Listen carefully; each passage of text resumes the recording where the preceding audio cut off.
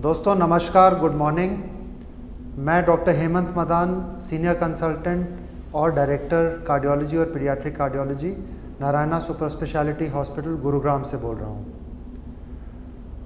आज की meeting world heart day के उपलक्ष्य में हम लोग कर रहे हैं। एक्चुअली मामला तो कुछ हार्ट का डिस्कस करने की बनती थी आज, मगर पूरी दुनिया जो है वो कोविड पैंडेमिक से जूझ रही है। इसलिए हमारा आज का डिस्कशन भी कोविड से रिलेटेड कार्डियक मुद्दों को लेकर ही होगा। हम इस डिस्कशन को ज़्यादा टॉपिकल बनाना चाहते थे, इसलिए हमने कुछ ऐसे सवाल एड्रेस करना उचित समझा है जो कि अक्सर हमसे आके पेशेंट्स पूछते हैं।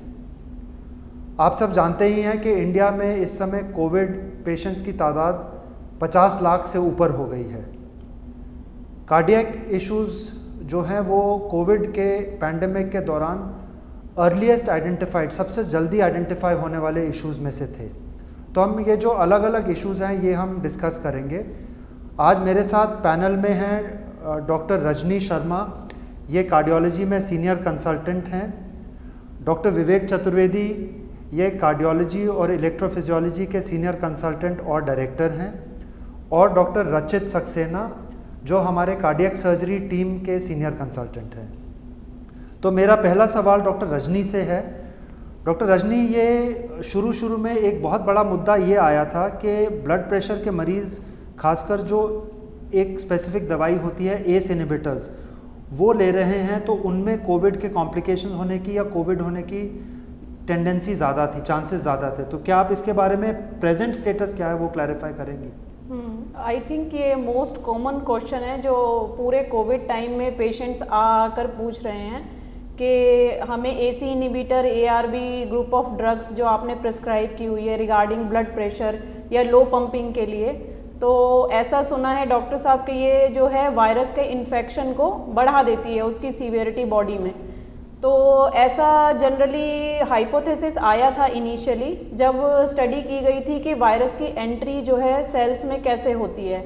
तो ये पाया गया कि जब वायरस के जो प्रोटीन स्पाइक्स हैं अटैचमेंट के, वो सेल्स में एंट्री जो हैं एसी इनहिबिटर होता है ACE2 रिसेप्टर करके, उनके थ्रू जो है सेल्स में एंट्री लेते हैं।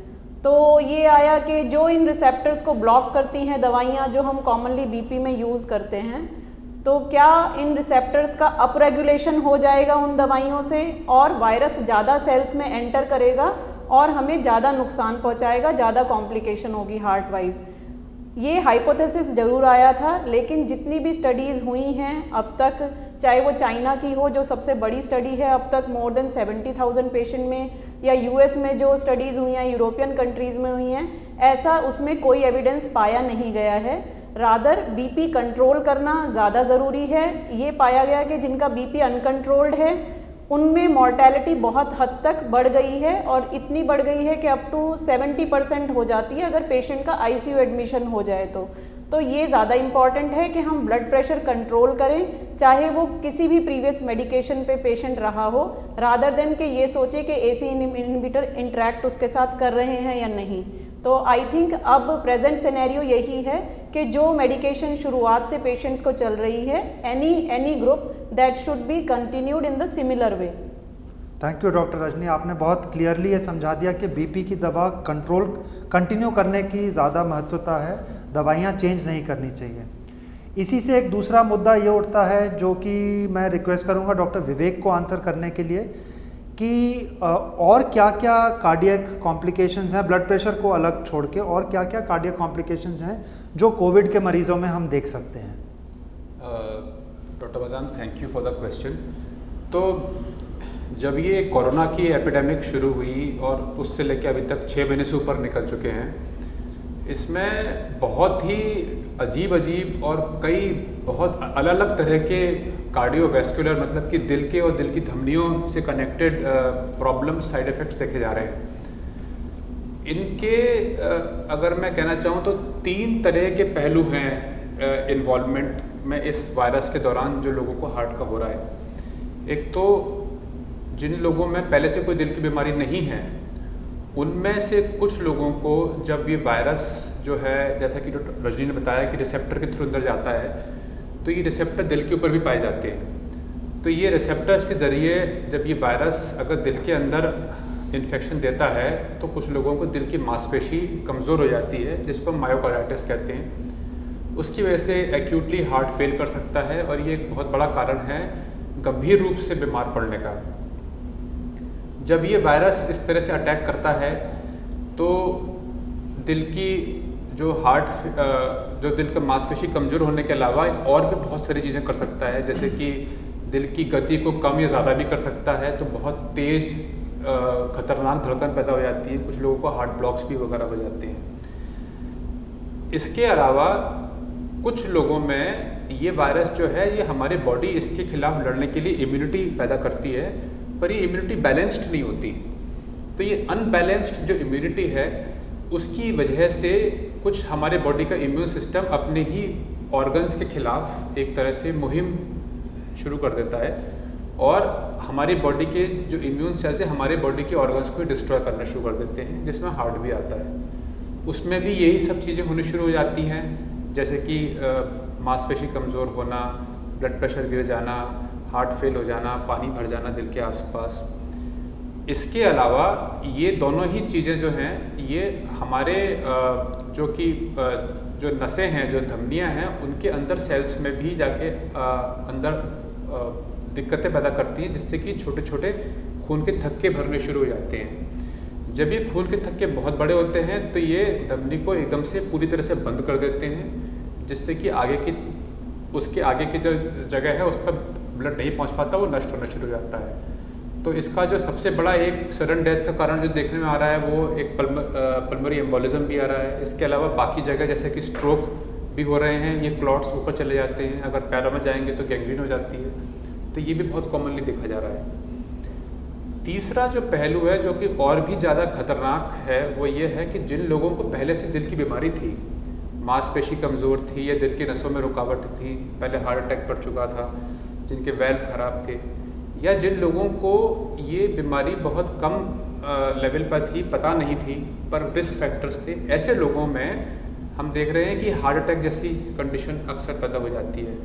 तो एक तरह से हार्ट अटैक वाली सिचुएशन पैदा भी कर सकता है। और इसके अलावा जिन लोगों के अंदर खून की नसों में कुछ थोड़ी बहुत रुकावट है, उसमें ये पोजीशन को अनस्टेबल करके, प्लाक रप्चर करके एक तरह से हार्ट अटैक को एग्रेवेट कर सकता है। तो हार्ट अटैक होना और इसके अलावा हार्ट मसल को और ज़्यादा डैमेज होना और हार्ट की रिदम की प्रॉब्लम होना, ये सब बहुत ज़्यादा बढ़कर एम्पलीफाई होकर दिख जाती हैं। और इसी तरीके से आपने सुना होगा कि कई लोगों की घर में सडन डेथ हो जा रही है, कोरोना से ठीक हो गए पर फिर भी घर पर जाके डेथ हो गई। इसका कारण यही है कि एक इन्फ्लेमेशन और इम्यून मेडिएटेड सिस्टम के जो रिएक्शंस हैं ये कंटिन्यू कर रहे हैं, और जिनको पहले से दिल की कुछ दिक्कतें थी या प्रीडिस्पोजिशन था, उनमें घर जाके भी एकदम से हार्ट रिदम की प्रॉब्लम्स या फिर पल्मोनरी एम्बोलिज्म वगैरह होकर सडन डेथ देखी जा रही है। एक इससे ही रिलेटेड मेरा क्वेश्चन है डॉक्टर विवेक के लिए, वो दो चीज़ों से रिलेटेड है। एक तो एक टेस्ट करते हैं हम जिसको डी डाइमर कहते हैं जी। तो ये डी डाइमर तो हमने नॉर्मली सुना है कि क्लॉटिंग के लिए करा जाता है, तो इसका कोरोना में क्या रोल है? और दूसरा हमने ये देखा है कि बहुत सारे डॉक्टर्स जो हैं वो पेशेंट्स को ब्लड थिनर के इंजेक्शन प्रिस्क्राइब करते हैं जी। तो वो भी हमने हार्ट के मरीजों में सुना है, उनका क्या रोल है कोरोना के पेशेंट्स में? जी, तो ये एक बहुत ही अहम सवाल है, क्योंकि पिछले 6 महीनों में जो हमारी अंडरस्टैंडिंग है इसके ट्रीटमेंट में, उसमें बहुत बड़ा बदलाव आया है। और जो दो सबसे बड़े बदलाव जो देखे गए हैं, जिनका बहुत फ़ायदा हुआ है मरीजों में, बीमार मरीजों में, वो स्टीरॉइड्स और एंटी थ्रोम्बोटिक्स या फिर खून पतला करने की दवाइयों का देखा गया है।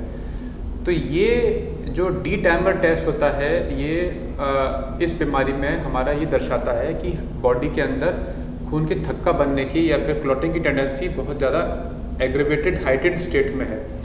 तो ऐसे मरीजों को हमने देखा है अक्सर कि अगर खून पतला करने की दवाई दी जाए तो माइक्रो एंजियोपैथी और थ्रोम्बोसिस, ये मतलब इन वर्ड्स का मतलब ये हुआ कि खून में थक्का बनने की टेंडेंसी जो है, जिसकी वजह से मैंने बताया जैसे पहले कि बहुत सारे बुरे परिणाम हो जाते हैं, तो ये उसको प्रिवेंशन में मदद करता है। और इसी को देखते हुए इसी के इलाज के लिए ही आजकल कई लोगों में ट्रीटमेंट के लिए और बाद में प्रिवेंशन के लिए भी खून पतला करने की दवाइयाँ छुट्टी होने के बाद में भी दी जाती हैं। थैंक यू डॉक्टर विवेक। अब मेरा अगला सवाल फिर डॉक्टर रजनी से है। ये सवाल एक्चुअली ज़्यादा मेडिकल सोशल है, साइंटिफिक इतना नहीं है कि हॉस्पिटल्स हम लोग कैसे कोप कर रहे हैं। देखो हम सब जानते हैं कि हार्ट की बीमारियां जो हैं वो इमरजेंसी के तौर पे भी आ सकती हैं, वो अचानक आ सकती हैं, और कोविड के वातावरण में हम कार्डियक इंटरवेंशंस और कार्डियक ट्रीटमेंट को हम कैसे कर पा रहे हैं, और पेशेंट्स की सेफ्टी को ध्यान में रखते हुए, हेल्थ केयर स्टाफ की सेफ्टी को ध्यान में रखते हुए हमारे प्रोटोकॉल्स कैसे मैनेज करवाते हैं कार्डियक पेशेंट्स को। तो डॉक्टर रजनी, आप क्या इस पे कुछ बताना चाहेंगी? जैसे कि जब ये कोविड टाइम स्टार्ट हुआ इनिशियल टाइम में, तो उस टाइम ऑब्वियसली पेशेंट्स के साइड से भी बहुत फियर था और हेल्थ केयर वर्कर्स को भी बहुत फियर था, और इतना समझ नहीं आ रहा था कि कैसे प्रोटोकॉल्स बनाए जाएं और पेशेंट को ट्रीटमेंट टाइम पे भी मिल सके और साथ के साथ हेल्थ केयर वर्कर की सेफ्टी भी ध्यान में रखी जा सके। तो जैसे जैसे टाइम पास हुआ, इनिशियली जब पेशेंट मेजर हार्ट अटैक से आते थे तो हम इनिशियल ट्रीटमेंट में उनको, जब तक उनका कोविड टेस्ट नहीं आता था, तो थ्रोम्बोलाइज कर रहे थे, ब्लड थिनर दिए जाते हैं, एंटी थ्रोम्बोटिक उनसे ट्रीट करते थे, और उसके बाद जब कोविड टेस्ट आ जाता था उसके बाद पेशेंट को हम रूटीन एंजियोग्राफी और एंजियोप्लास्टी, जो नस ब्लॉकेज का प्रोसीजर है, वो किया जाता था। हाँ, ये हमेशा ध्यान में रखा गया साथ के साथ कि अगर पेशेंट कोई बहुत सिक है, ब्लड प्रेशर लो हो रहा है या धड़कन पेशेंट की ऊपर नीचे जा रही है, जिसको अरिथमिया हम लोग बोलते हैं, हार्ट अटैक की वजह से कोई कॉम्प्लिकेशन हो रही है, तो we never use to give second thought, पूरा पर्सनल प्रोटेक्टिव इक्विपमेंट्स लेके थ्रू आउट सारा स्टाफ यूज़ करके और उस केस को फिर किया जाता था और कोविड टेस्ट की रिपोर्ट का वेट नहीं होता था। लेकिन जैसे जैसे टाइम पास हुआ है, हमारे अब प्रॉपर प्रोटोकॉल्स बन गए हैं कैसे मरीजों को देखना है। अगर कोई हमारा क्रॉनिक कॉर्नरी सिंड्रोम, जिसको हम बोलते हैं, स्टेबल पेशेंट्स होते हैं और उनको कुछ चलने पे छाती में दर्द है और कोई इमरजेंसी सिचुएशन नहीं है, तो उनको हम पहले ओपीडी बेस देखते हैं, कोविड टेस्ट किया जाता है, वो नेगेटिव आता है तो रूटीन वे में हम अपनी कैथेटराइजेशन लैब में उनका एंजियोग्राफी, एंजियोप्लास्टी किया जाता है। और अगर इमरजेंसी में हमारा एक्यूट कॉर्नरी सिंड्रोम, मतलब हार्ट अटैक पेशेंट आते हैं, तो उनमें हम दो में डिवाइड करते हैं कि पेशेंट हिस्ट्री वाइज हमको जो है बहुत ही सस्पेक्टेड लग रहा है कि कोविड पॉजिटिव आने के चांस है, तो और पेशेंट की क्लिनिकल कंडीशन, दोनों को बैलेंस करते हुए देखते हैं कि पेशेंट को अगर लाइफ सेविंग के लिए प्रोसीजर ज़्यादा रिक्वायरमेंट है, we take full protection throughout the staff, cath lab, emergency, and we go ahead with the procedure. और अगर हम पेशेंट थोड़ा स्टेबल है, वेट किया जा सकता है, पंपिंग इतनी डैमेज नहीं हुई है, तो हम कोविड टेस्ट के लिए अवेट करते हैं और मीनवाइल पेशेंट को थ्रोम्बोलाइटिक थेरेपी पे रखते हैं और उसके बाद फिर एंजियोग्राफी रूटीन की जाती है। तो अब प्रॉपर प्रोटोकॉल हम लोग फॉलो कर पा रहे हैं depending on clinical scenario and patient का सस्पिशन ऑफ कोविड डिजीज़, ये दोनों बैलेंस करके अब हम ट्रीटमेंट कर रहे हैं। लेकिन जो पहले पेशेंट्स में लेट आने का जो चल रहा था, उसकी वजह से कुछ नुकसान भी ये हुआ है कि कुछ लोगों को सिम्टम कोविड टाइम के आए और उन्हें ये फियर हुआ कि कहीं हम हॉस्पिटल जाके कोविड इन्फेक्शन एक्वायर ना कर लें या जैसे भी, लेकिन उसका साइड इफ़ेक्ट ये हुआ है, पेशेंट अब जो प्रेजेंट कर रहे हैं वो हार्ट अटैक से काफ़ी पंपिंग डैमेज होके, काफ़ी ख़राब स्थिति में, जो नुकसान हार्ट को पहुंचना था वो होके, और काफ़ी लाइफ को कोमॉर्बिडिटी ऐड ऑन होके आ रहे हैं, जिसे हमें ट्रीट करने में और पेशेंट को उससे बाहर निकालने में दिक्कतें पेश आ रही हैं। तो सबसे request I think I would on world heart day make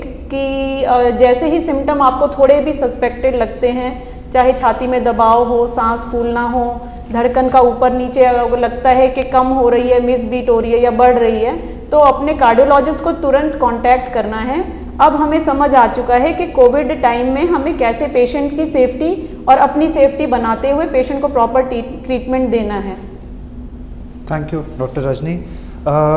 मेरा अगला सवाल डॉक्टर रचित से है।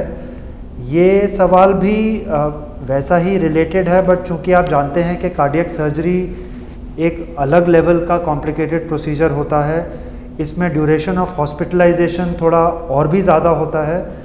और डॉक्टर रचित, आई कैन एश्योर यू के पिछले दिनों में खूब बिजी रहे हैं, खूब सारी कार्डियक सर्जरीज करी हैं, इन्होंने अपने प्रोटोकॉल्स बनाए हैं। तो डॉक्टर रचित, थोड़ा ऑडियंस को और हमें ये एजुकेट कीजिए कि आप किस किस्म के प्रोटोकॉल्स कोविड के एरा में फॉलो कर रहे हैं ताकि पेशेंट सेफ्टी भी बनी रहे और हेल्थ केयर वर्कर्स भी सेफ रहें। देखिए, जैसा कि आप लोग जानते हैं और इतनी देर के डिस्कशन में बहुत क्लियर मैसेज पहुंच चुका है कि इस समय एक बहुत बड़ी पब्लिक हेल्थ प्रॉब्लम जिसको कोविड के नाम से जाना जाता है, इससे पूरी दुनिया जो है जूझ रही है। बट इस प्रॉब्लम का मतलब ये नहीं है कि हम अपने कार्डियक एलिमेंट्स को निगलेक्ट करें, क्योंकि अब पिछले 6 महीने में, जैसे डॉक्टर रजनी ने अभी भी बताया आपको, हमें देखने में आ रहा है कि बहुत सारे पेशेंट्स ऐसे थे जिनको कार्डियक ट्रीटमेंट की ज़रूरत थी, लेकिन डर के कारण वो आगे नहीं आए और ट्रीटमेंट नहीं कराया समय पे, जिसकी वजह से उसके काफ़ी दुष्प्रभाव पड़े। और एक आसान सा ट्रीटमेंट जिससे पेशेंट बीमारी से मुक्त हो सकता था, वही बीमारी एक कॉम्प्लिकेटेड फॉर्म में 3 महीने 4 महीने बाद प्रकट हुई और उसका इलाज भी उतना ही मुश्किल हो गया। यही परेशानी हमारी कार्डियक सर्जरी के प्रैक्टिस में भी हो रही है। इनिशियल पैंडेमिक के एरा में बहुत बार ऐसा हमने देखा कि कई पेशेंट्स ऐसे थे जिनकी सर्जरीज प्लान्ड थी, लेकिन एक डर के कारण, जो नॉर्मल है, बट उसकी वजह से हुआ ये कि उन्होंने अपनी सर्जरीज पोस्टपोन करना शुरू करी। और उससे हुआ ये कि एक ऐसी बीमारी जिसका हमारे दिल में डर बैठा हुआ था, उसकी वजह से हम अपने खुद के अंदर की जानी पहचानी बीमारी को निगलेक्ट करने लगे। इसीलिए जैसे जैसे हमने पिछले 6 महीने में हमारी अंडरस्टैंडिंग बढ़ी बीमारी के बारे में, हमको ये एहसास होने लगा कि बीमारी किस तरह से फैलती है, क्या प्रिकॉशंस लेने से हम बच सकते हैं। बहुत सारे प्रोटोकॉल्स बनाए गए जिससे कि हम ये भी इंश्योर करें कि पेशेंट्स की सेफ्टी रहे और पेशेंट्स को सही समय पर ट्रीटमेंट मिले और जो हेल्थ केयर वर्कर्स हैं उनकी भी सेफ्टी रहे और सारा चीज़ें नॉर्मल तरीके से, सारा इलाज नॉर्मल तरीके से हो सके। इसके लिए जो हमारे जो प्रोटोकॉल्स हैं वो शुरू होते हैं जब हम एक बार डिसाइड करते हैं कि किसी पेशेंट की सर्जरी होनी है। तो हमारी सबसे पहली एडवाइस ये होती है कि जब भी किसी पेशेंट को हम सर्जरी एडवाइस करते हैं कि एटलीस्ट सर्जरी से 1 हफ्ता पहले जो नॉर्मल प्रोटोकॉल्स बने हुए हैं कोविड प्रिवेंशन के लिए, जैसे सोशल डिस्टेंसिंग, मास्क का यूज़, जैसे ही बाहर जाना, इनको बहुत ही स्ट्रिक्टली फॉलो करना है। सोशल डिस्टेंसिंग बहुत इंपॉर्टेंट है। ये बहुत ज़रूरी है कि एटलीस्ट 1 हफ्ते तक आप अपने आप को आइसोलेट करके रखें या कम से कम लोगों से मिलें। अपने काम पे ज़रूर जाएं, ऐसा नहीं कि आपको घर बैठना है, बट मेंटेन जो लेट डाउन नॉर्म्स हैं उनको बहुत स्ट्रिक्टली फॉलो करना है। और वो लेट डाउन नॉर्म्स प्राइमरली 2 ही हैं। Number 1 is social distancing and number 2 is using mask whenever आप लोगों के संपर्क में आते हैं। इससे हम सर्जरी के जो आसपास के दिन हैं उनमें अपने आप को एसिम्प्टोमेटिक कोविड डिजीज़ से भी बहुत हद तक बचाते हैं। दूसरा जो प्रोटोकॉल बना है वो ये है कि जब भी किसी पेशेंट को हम सर्जरी के लिए एक्सेप्ट करते हैं, एडमिट करते हैं, तो उनकी कोविड टेस्टिंग होती है और सर्जरी के पहले CT स्कैन होता है, ताकि हम पूरी तरह से ये अश्योर कर सकें कि पेशेंट को किसी भी तरह का एसिम्प्टोमेटिक इन्फेक्शन नहीं है और उसको उस सर्जरी से कोई इंक्रीज्ड रिस्क नहीं है। यही मेन पर्पज़ है इस तरह के प्रोटोकॉल बनाने का, जिससे कि हम ये इंश्योर कर सकें कि उसको कोई एडिशनल रिस्क हम नहीं दे रहे हैं because of this corona pandemic. तीसरा जो प्रोटोकॉल हमने बनाया है वो ये है कि रिस्ट्रिक्टिंग नंबर ऑफ विजिटर्स, क्योंकि कार्डियक सर्जरी में होता ये है कि कोई भी पेशेंट नॉर्मल सर्जरी में उसका जो ड्यूरेशन ऑफ स्टे होता है वो अराउंड 4 to 5 डेज़ का होता है। तो इसमें जैसे पहले विजिटर्स आते थे और डिफरेंट विजिटर्स आते थे और ऑब्वियसली क्रॉस इन्फेक्शन के चांसेस बहुत ज़्यादा हैं। तो इसलिए एक बहुत ही स्ट्रिक्ट गाइडलाइन है अबाउट द विजिटर्स कि कौन उसको विजिट कर सकता है और किस टाइम पे विजिट कर सकता है, ताकि acquiring infection during the treatment is very less. चौथी चीज़ जो हमने करी है वो ये है स्पेसिंग आवर केसेस। हम ये कोशिश करते हैं कि हमारे ICU में एक टाइम पे नंबर ऑफ़ पेशेंट्स कम रहें। तो इसलिए हमने अपनी सर्जिकल प्रैक्टिस को इस तरह से टेलर किया है ताकि 2 केसेस के बीच में थोड़ा गैप रहे, जिससे कि एक टाइम पे अगर ICU में नंबर ऑफ़ केसेस कम रहेंगे, विजिटर्स कम रहेंगे, तो जाहिर सी बात है बीमारी के संक्रमण होने के चांसेस कम रहेंगे। चौथी चीज़ जो हम करते हैं वो, पांचवी चीज़ जो हम करते हैं वो हम करते हैं हेल्थ केयर वर्कर्स की स्क्रीनिंग। जितने भी हेल्थ केयर वर्कर्स हैं, डॉक्टर्स हैं, नर्सेज हैं, पैरामेडिकल्स हैं, सबकी रेगुलर स्क्रीनिंग होती है ताकि पेशेंट भी सेफ़ रहे और जितने हेल्थ केयर वर्कर्स हैं वो भी सेफ़ रहें, क्योंकि एक सिस्टम को चलाए रखने के लिए सबकी सेफ्टी होना बहुत ज़रूरी है। क्योंकि ये एक ऐसा लिंक है, ऐसी चेन है जिसमें अगर एक भी कड़ी टूटेगी तो वो पूरी चेन को नुकसान पहुंचाएगी। इसलिए हमें सबकी सेफ्टी को बहुत अच्छी तरह से इंश्योर करना है। और एक लास्ट चेंज जो हमने अपनी प्रैक्टिस में किया है वो ये किया है कि जब हम पेशेंट को डिस्चार्ज करते हैं तो हम उसको, ये यूजुअली हमारी पहले प्रैक्टिस ये रहती थी कि पेशेंट डिस्चार्ज होते ही बाहर जाता है और अपनी नॉर्मल एक्टिविटी शुरू करता है। बट जैसे कि कार्डियक सर्जरी में यूजुअली जो रिकवरी का टाइम होता है वो एटलीस्ट 1 से 2 हफ्ते होता है, तो हमारी ये इंस्ट्रक्शंस रहते हैं कि इन 1 से 2 हफ्ते में पेशेंट को अपने आप को बहुत बचा करके रखना है, सोशल डिस्टेंसिंग और मास्क को स्ट्रिक्टली फॉलो करना है, ताकि जब तक कि वो पूरी तरह से रिकवर ना हो जाए उसको किसी भी तरह से कोविड इन्फेक्शन होने के चांसेस बेयर मिनिमम हो। तो ये सारी प्रोटोकॉल्स हैं और हमारा ये एक्सपीरियंस रहा है पिछले 2-3 महीनों में कि हमने काफ़ी सर्जरीज करी हैं और गॉड फॉरबिड अभी तक हमको कोई ऐसा हमारा कोई एक्सपीरियंस ख़राब नहीं रहा है। सारे पेशेंट्स ही बहुत अच्छे से रिकवर हुए हैं और जैसे नॉर्मल हम सर्जरीज करते थे उसी तरह से सारी सर्जरीज हो रही हैं, सारे पेशेंट्स रिकवर हो रहे हैं, घर जा रहे हैं और ठीक हो रहे हैं। डॉक्टर रचित, मेरे 2 स्पेसिफिक पॉइंट्स हैं आपके प्रिवेंटिव प्रोसीजर्स के ऊपर। एक तो कोविड टेस्ट, हम एडमिशन से कितनी देर पहले का कोविड टेस्ट हम वैलिड मानते हैं, क्योंकि नेचुरली बहुत लंबा पुराना टेस्ट नहीं चल सकता इन केसेस में। और दूसरा, किस टाइप के कोविड टेस्ट को हम वैलिड मानते हैं, मतलब रैपिड एंटीजन, एंटीबॉडी, आजकल अलग अलग किस्म के टेस्ट हैं, तो आपकी प्रैक्टिस में आप किस टेस्ट को मान्यता देते हैं? देखिए, इसका जो इसका लॉजिक है, अंडरलाइंग लॉजिक ये है क्योंकि अगर किसी भी पेशेंट का कोई सर्जिकल प्रोसीजर हो रहा है और उसके अंदर अगर एसिम्प्टोमेटिक कोविड डिजीज़ भी है तो सर्जिकल रिस्क बहुत ज़्यादा बढ़ जाता है। इसलिए हमको वही टेस्ट करना है जिसकी प्रिडिक्टिव वैल्यू सबसे ज़्यादा अच्छी है, यानी कि जिस टेस्ट के गलत होने की चांसेस सबसे कम है।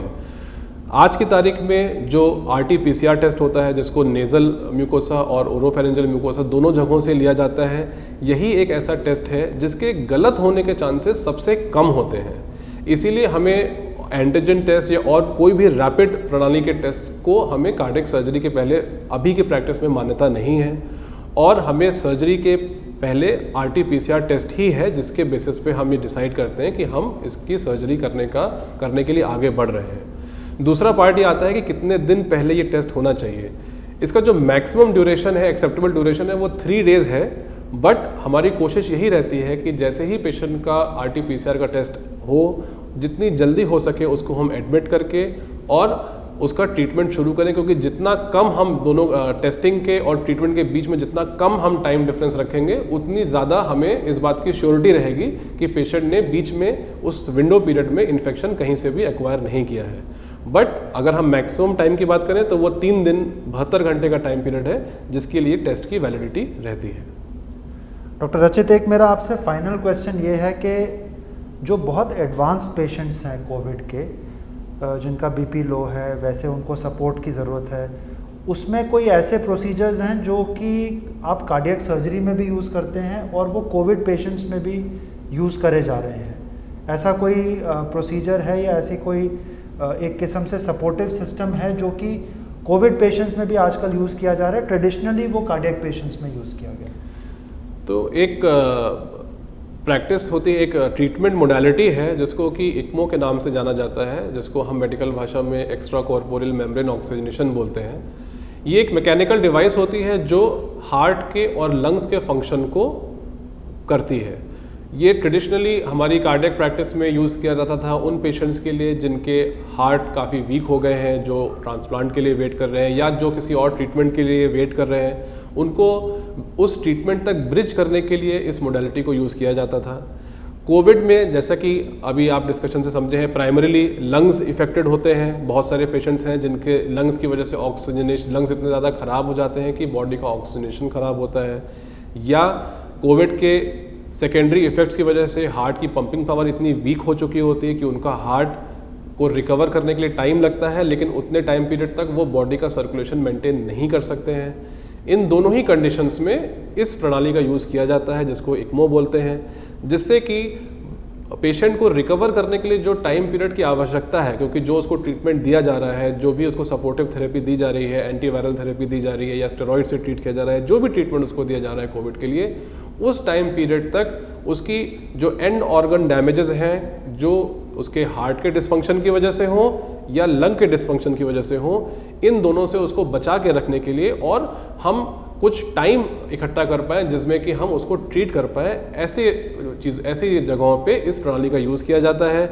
और जब कोई व्यक्ति ऐसा होता है जिसके लंग्स इतने काम नहीं कर पा रहे हैं कि वो बॉडी को ऑक्सीजन पर्याप्त मात्रा में पहुंचा पाएँ, तो ये मशीन उसके ऑक्सीजन को पूरी तरह से संभालती है।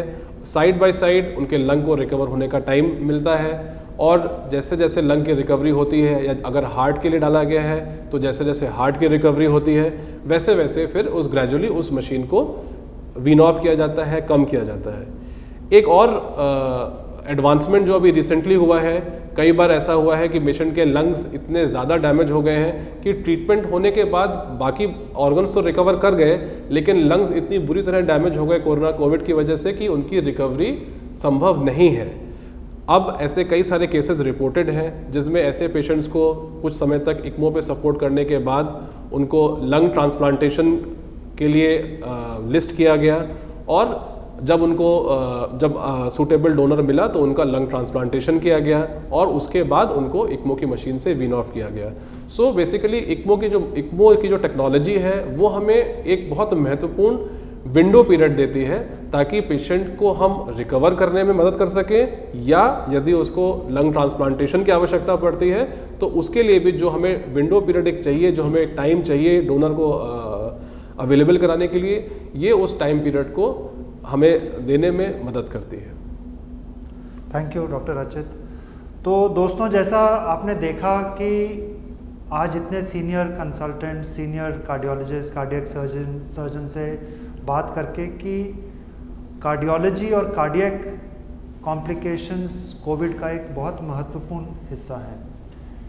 ये होते हुए भी हमारे सिस्टम्स पिछले 6 महीने में ऐसे गेयर अप हो गए हैं, ऐसे प्रोटोकॉल्स इस्टेब्लिश हो गए हैं कि हम दोनों पहलुओं को, कार्डियक कॉम्प्लिकेशंस ऑफ कोविड को as well as routine interventions, routine cardiac surgeries को हम आज की डेट में बहुत सेफ्टी के साथ, बहुत अच्छे रिजल्ट्स के साथ कर सकते हैं।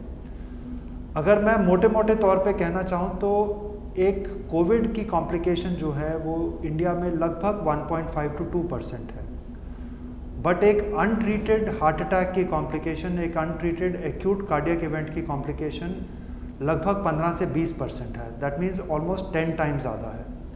तो अगर मैं एक कैरी होम मैसेज देना चाहूँ, वो कैरी होम मैसेज यही होगा कि कभी भी अपने कार्डियक कंडीशन को, कार्डियक कॉम्प्लिकेशन को इग्नोर नहीं करना है। उसको इग्नोर करने का रिस्क बहुत ज़्यादा है। कोविड के डर से हॉस्पिटल से दूर नहीं रहना है। हॉस्पिटल्स आजकल काफ़ी कोविड सेफ़ हैं, और अगर कोई हॉस्पिटल में करेक्ट प्रोटोकॉल्स फॉलो होते हों तो दोनों चीज़ों का इलाज बहुत अच्छी तरह से हो सकता है। Wishing you all the best. May you all stay safe, may you all stay protected. Thank you very much. Thank you. Thank you.